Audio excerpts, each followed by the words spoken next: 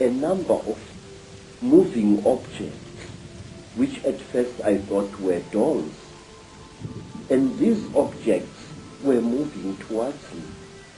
I noticed with mild surprise that they were very thin, short, human-like creatures with very, very large melon-shaped heads.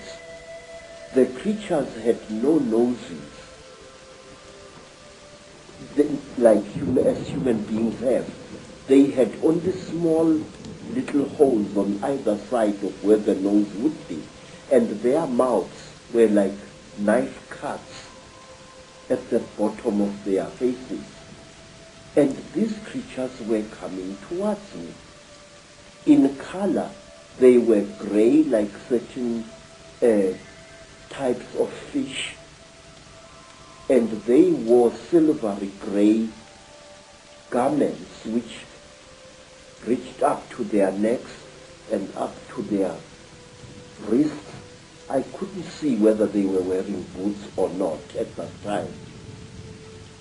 And while I was looking at these creatures, I suddenly was aware that something was above me, standing there, and I looked up straight into the face of one of them, a much taller one than the others.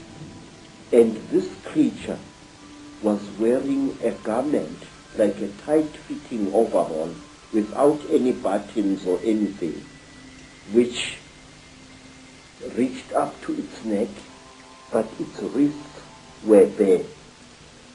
I noticed that the creature had very long fingers. Its fingers had extra, and each of its fingers had an extra joint, and it ended in a claw, a black claw like that of a chicken or a certain kind of bird, and that its thumb was not here, but here in the middle of the hand. And this thing was standing above my head and looking down at me, and I was looking at its eyes, which were very strange indeed. It was as if it was wearing plastic goggles over its eyes. I could see its eyes inside these tinted goggles, and it had holes on either side here, but it had no nose as I have. Its jaws were very small, and its mouth was a slit with tiny little scale-like things where its lips should be. And the creature carried a horrible smell on it. I can't describe that smell.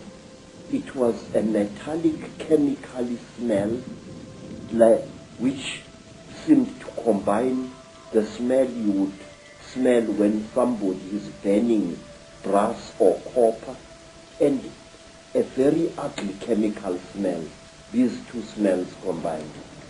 And this creature was looking down at me. I was frightened, but I could not move. And the next thing I knew was a terrible pain on my left thigh. It was as if somebody had just stabbed me right to the bone. I screamed and I tried to jump away, but my body was inactive. I could not move. I was not tied to any chain. I was not chained to the top of this table.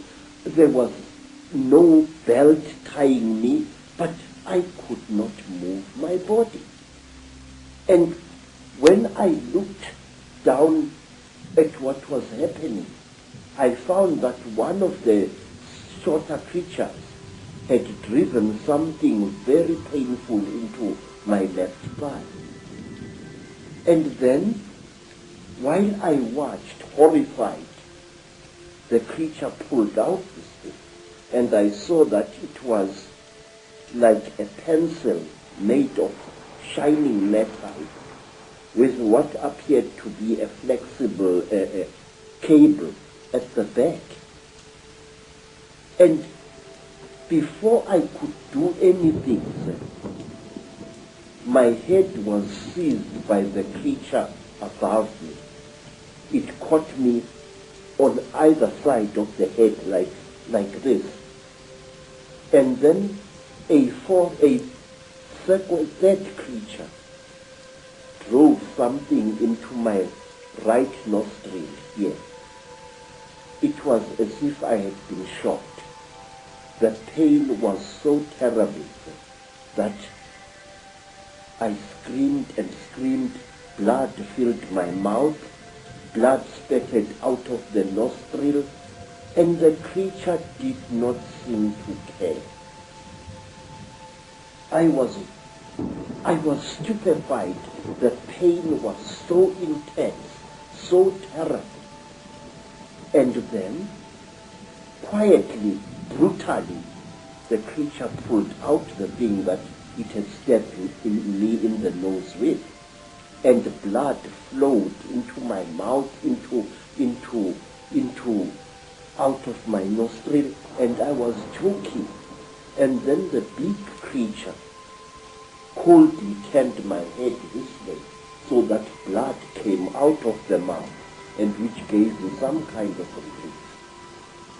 And after what seemed like an eternity of pain,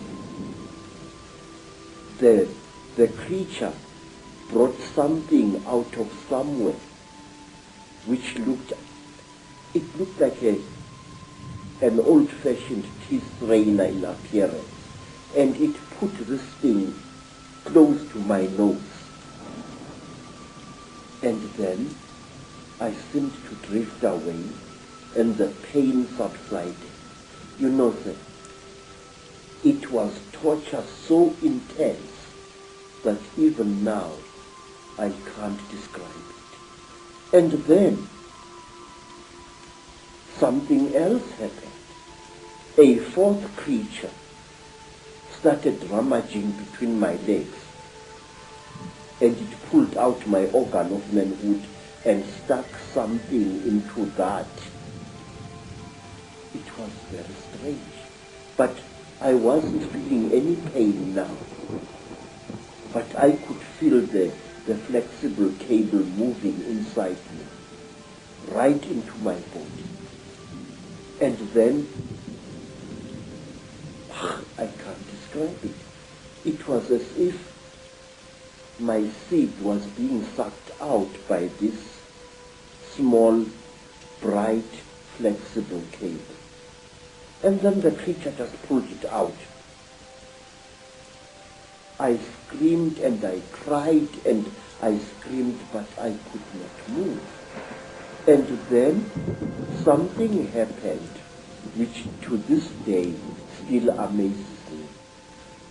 After the creature had pulled out the flexible cable from my organ, the creature just stood there looking at my organ.